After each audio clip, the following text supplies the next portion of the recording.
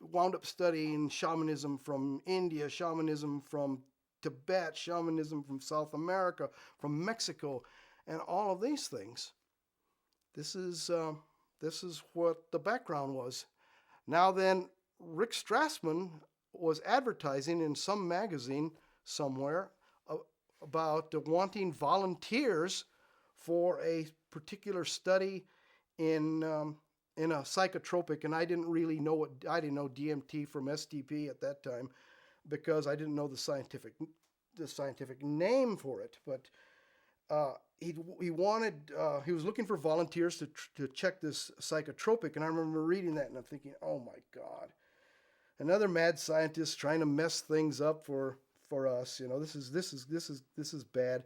I better get involved in this and make sure that somebody doesn't get hurt, and that at least there'd be some sensitivity towards what this stuff is really about. I had these visions of mad psychiatrists doing experiments on people, just to see how whacked they could make them be under different stressful conditions. And I had them, I had the rats in the maze kind of vision of what these characters were going to be doing.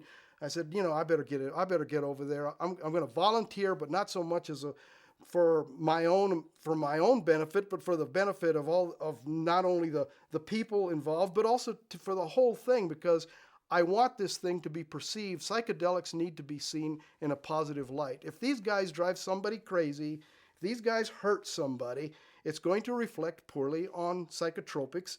And then the up-and-coming shamans, or the shamans that are taking these things now, are going to be stepped on. They'll be repressed because they say, we have scientific evidence conducted by the University of New Mexico saying that this stuff can drive people absolutely crazy. I did not want to hear that, read about it, and so I had to step in to see what I could do to fix that.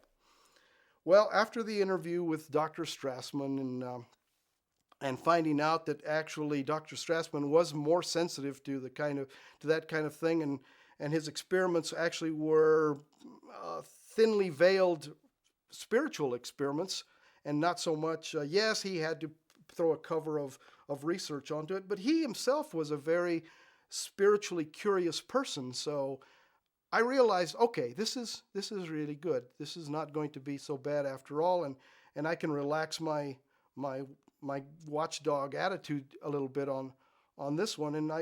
But I'd already volunteered, and now my curiosity side sort of came to, well, gee, let's see what this thing can do for me.